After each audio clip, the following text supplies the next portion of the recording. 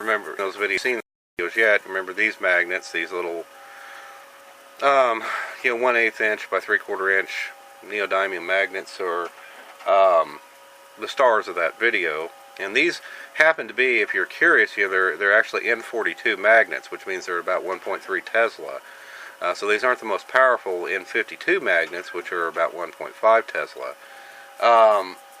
I did, actually go, and I bought those ones I just showed you at Amazon, from one of the Amazon vendors there.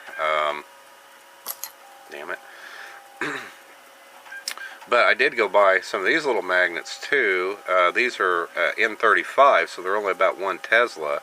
But I bought these at like Digikey, and they're pretty cheap. So, but they're not as strong. But I just wanted to show you kind of a cool little effect here. See, I got this nut here, and I just put that magnet in the middle of it.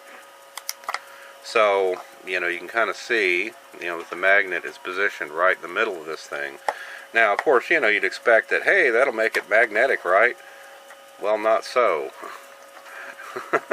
Because basically what it's doing is you're creating a magnetic circuit. It's almost like a transformer, in the sense that, you got, if you take a transformer, a typical transformer core, if you ever taken all the windings off, looks like this, and with all these, with the metal here being an iron laminate.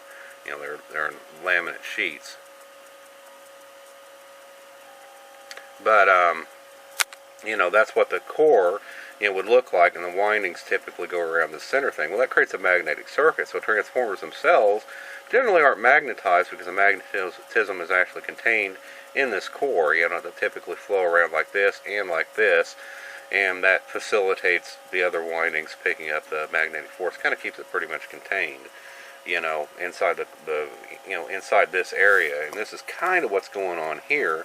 That, like I said, I can take, like my steel calipers and touch the thing, and it's not even remotely inclined to to pick it up under most circumstances unless you actually get it underneath it.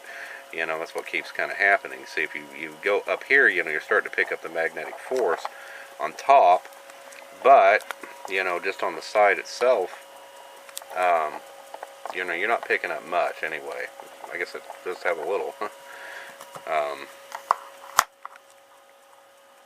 But like I said, taking another steel bolt here, or another steel nut, basically it's not really inclined to pick it up, and even putting it on my steel calipers, it doesn't. But again, once you start getting around the area of where the magnet becomes more active, there's a fringe field there, and so it's not perfectly contained along this axis.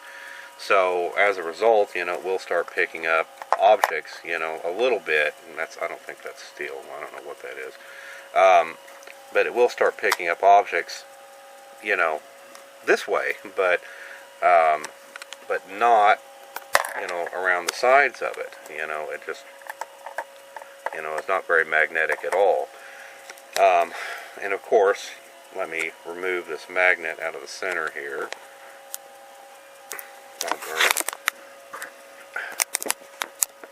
Take a pin to get it out.